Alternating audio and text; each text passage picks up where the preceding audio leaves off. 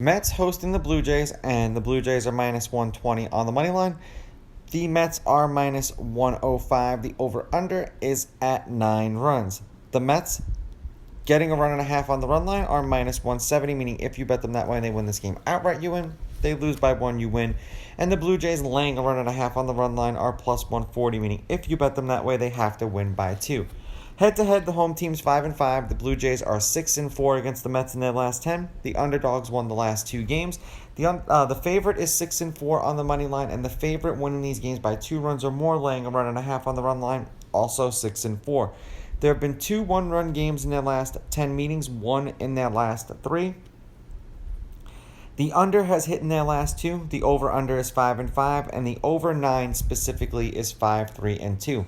As of right now at 3:45 in the morning here in Vegas, the wind is blowing in from right center field at 15 miles an hour, so it's blowing in towards the third base line. Just keep that in mind when you're betting on this game.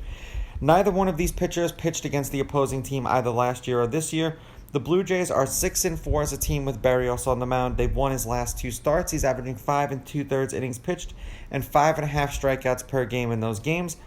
The Mets are 5-5 as a team with Meagle on the mound. They've lost his last 2 starts. He's averaging 4 2/3 innings pitched and 3.6 strikeouts per game in those games.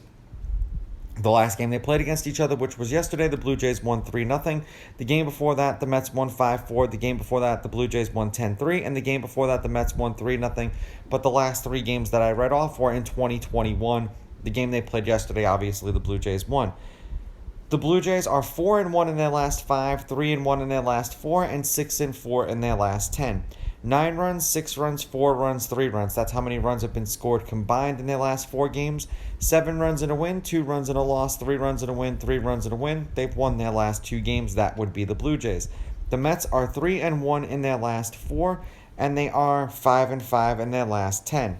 2 runs, 5 runs, 6 runs, 3 runs. 2 runs in a win, 4 runs in a win, 4 runs in a win, shutout in a loss. The Mets are a very good team, and the fact that you think that they're going to lose at home in back-to-back games is not something that happens very, very often. I'm going to take the Mets with the money line. I'm going to take the Mets getting the runs.